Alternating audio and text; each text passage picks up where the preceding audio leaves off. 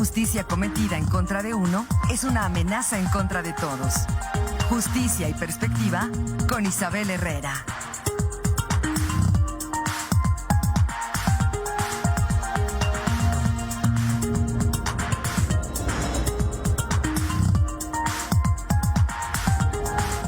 Es miércoles y es momento de escuchar la oportuna participación de la licenciada Isabel Herrera. Isabel, ¿cómo estás? Muy buenos días. Es un gusto saludarte como cada semana en este espacio.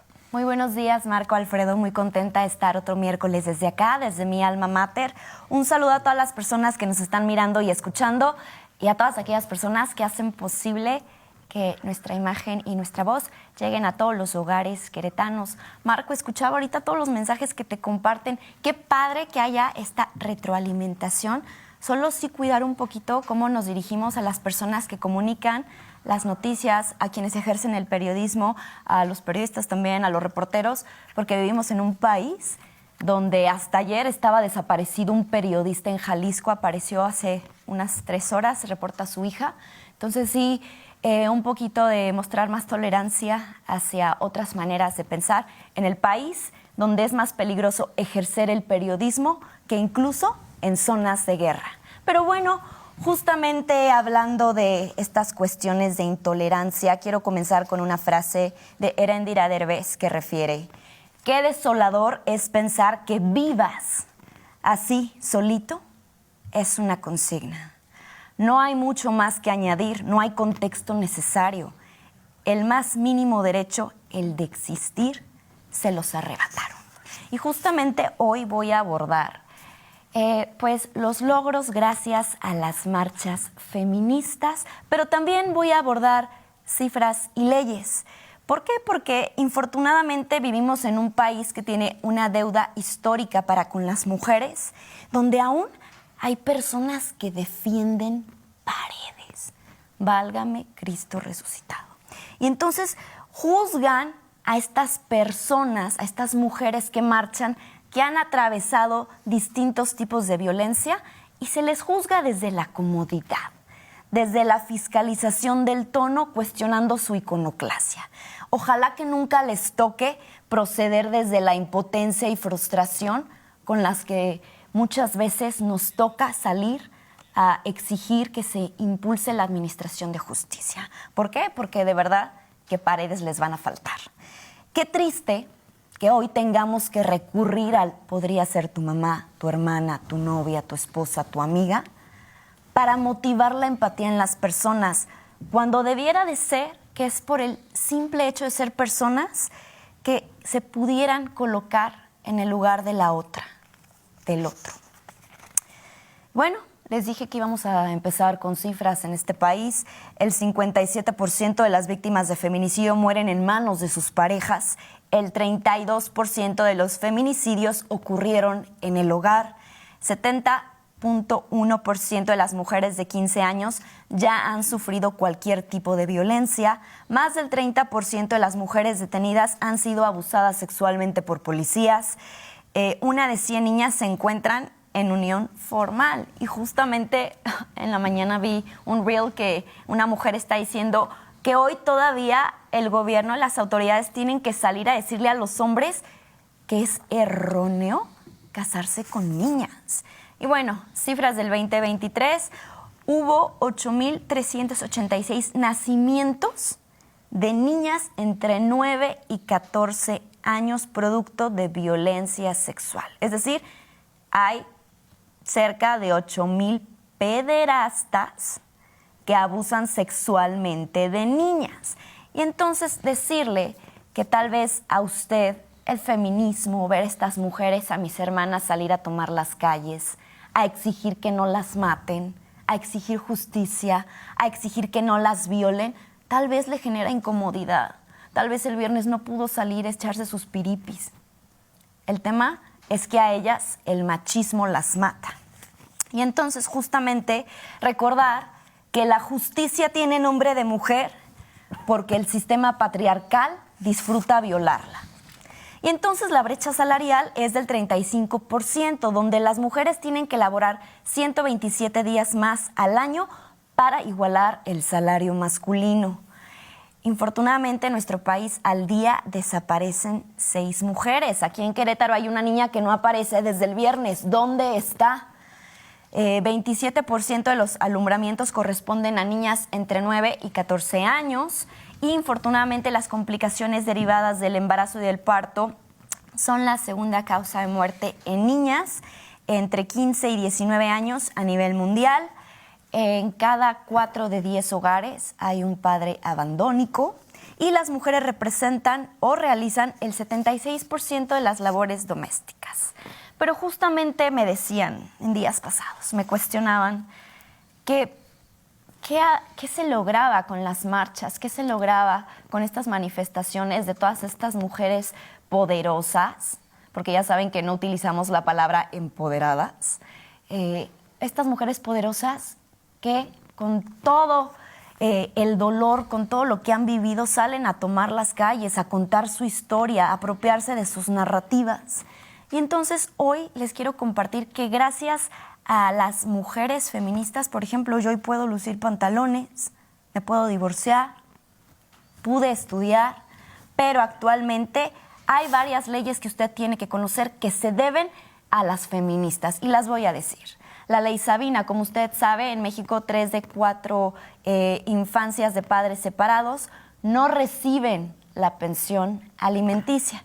Y entonces hablamos de padres abandónicos, irresponsables, que colocan en estado de vulnerabilidad a las infancias, cuando usted sabe que lo más sagrado que existe son las infancias. Y entonces esta ley Sabina, gracias a la activista Diana Luz, pretende salvaguardar la vida y el desarrollo integral de las infancias, donde no solo se cumpla con las obligaciones familiares. No solo va de eso, también busca generar un acervo, un registro, obviamente informativo, de los deudores alimenticios, ingresarles en buró de crédito para que no obtengan beneficios bancarios, pero también algo súper importante es que sube a la mesa del diálogo, que se reconozca, pues obviamente, esta violencia económica y que hay padres que aún hoy en día niegan su paternidad, pero también algo que pretende justamente es que en caso de que el padre abandónico desee contraer matrimonio, pues se le informe a su cónyuge que es un deudor alimenticio, ¿no? Que tiene una deuda para con sus hijos, porque ¿qué no? Los niños son lo más importante que existe, las niñas. ¿Dónde queda el interés superior de la niñez? Infortunadamente, solo se ha aprobado en Oaxaca, porque sí, en muchos estados, en sus distintos lugares donde están los diputados, en las diversas legislaturas, nada más se toman la fotito. ¡Ay, wow! Sí, pero no avanza, no se homologan las leyes.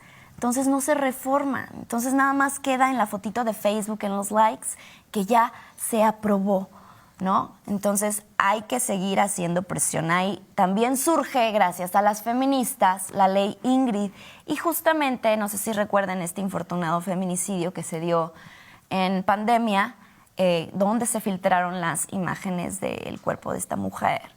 Y fueron imágenes filtradas por un funcionario público. Y entonces, ¿qué sucede? Obviamente se establece sanciones a quienes difundan videos, documentos o audios con información relacionada con la víctima, ya sea de su vida o de su vida privada o de su cuerpo. Y obviamente solo Oaxaca y Ciudad de México han modificado sus reformas y han implementado la ley Ingrid para salvaguardar la identidad y la integridad de la víctima. Aquí la sanción es de 2 a 10 años de cárcel para aquellos funcionarios, periodistas o personas que generen contenido para Internet, donde si difunden ese tipo de contenido que vulnera la dignidad póstuma de la víctima, pues se les sancione. Luego existe también, gracias a las feministas, la ley 3 de 3, que, ojo, esta no solo ampara a mujeres, también busca garantizar la integridad de grupos vulnerables donde los agresores no logren llegar a puestos de toma de decisiones ni donde se ostenten como defensores de la dignidad humana. ¿Por qué? Porque nadie que viole un derecho, ya sea público o privado, debe de contar con ahora sí que la gran oportunidad de poder ser una persona en un puesto de toma de decisiones. Esto solo se ha aprobado en Yucatán, pero también, por ejemplo, está la ley Monse, gracias a las feministas, que esta iniciativa propone que familiares, amigos o parejas que encubran a feminicidas estén sujetas a sanciones y penalidades, y esta otorga 3 años de cárcel. ¿Se acuerdan del caso de Monse Bendímez, donde el novio la golpeó hasta matarla y la mamá de este chico y su pareja lo encubrieron, lo ayudaron, la abuela también lo ayudaron a permanecer huido de la justicia? Y entonces, obviamente, hasta que se giró orden de aprehensión contra la mamá y la pareja de ella, es que el chico, pues obviamente sale a dar la cara, ¿no? Y luego también debemos a las feministas la ley Alina, que este caso es de una policía, Alina Narciso, en Tijuana, que su pareja policía, o sea, su vínculo afectivo, no su pareja compañero de trabajo, de patrulla, su vínculo afectivo, la intenta matar, siendo él también policía. Y entonces ella se defiende, hace uso de la legítima defensa y lo mata. Ella fue privada de su libertad y acaba de salir. Y entonces justamente esta ley propone visibilizar la legítima defensa para las mujeres que están sobreviviendo en entornos donde se da la violencia de género, y se sustenta que están actuando bajo un estado de miedo, terror, confusión, y justamente propone también que se debe de juzgar con perspectiva de género y se les otorgue este acompañamiento psicológico. Esto solo se ha reformado el Código Penal en Tijuana, pero también ubica una modificación a la Ley General de Acceso de las Mujeres a una vida libre de violencia. ¿Por qué? Porque pues es la legítima defensa, y muchas mujeres se encuentran en un estado de indefensión cuando están con su agresor. Aquí los dos eran policías, y aún así, por ejemplo, el 8 de marzo una mujer policía fue asesinada por su novio, también policía. Entonces, son cuestiones que todos los días las cifras nos llenan de cachetadas guajoloteras porque nos dan la maldita razón. Y entonces también está la ley Olimpia, donde desde el 2020 a nivel nacional pues se propuso, ojo, porque luego una llega aquí a Fiscalía a denunciar la violencia digital y te mandan a la policía cibernética. Aquí nada más llegaron, se hicieron la foto con mi adorada Olimpia Coral Melo, pero no pasó nada, no pasó nada, no se ha homologado el código. Entonces, pues no solo es tratar de buscar los likes, ¿no? Justamente sanciona con multas económicas y cárcel a quien viole la intimidad sexual de una mujer, atentando contra su integridad, libertad, vida privada y derechos de las mujeres desde medios digitales. Después, desde estos micrófonos ya les había mencionado la ley Malena, donde se reforma el Código Penal de la Ciudad de México, tipificando la violencia ácida, donde establece que ya hay otro tipo de violencia que justamente es diversa a las demás, y es la violencia ácida, y también se reconoce como tentativa de feminicidio, donde se modifica el artículo 133 bis del Código Penal y obliga a fiscalías e instituciones de salud a llevar un registro de todos los ataques que vayan atendiendo, que involucren ácido o estos líquidos corrosivos, y se sanciona de 8 a 12 años de prisión, y en caso de que se pueda ahora sí que tipificar como tentativa de feminicidio, aplica de 11 a 46 años de prisión. Después tenemos la ley Abril, infortunadamente, no sé si recuerden su caso, Abril Cecilia Pérez Zagaón, la ex esposa de un directivo de Amazon México, quien fue asesinada saliendo, obviamente, de denunciar la violencia de la que fue víctima, porque su caso es muy lamentable.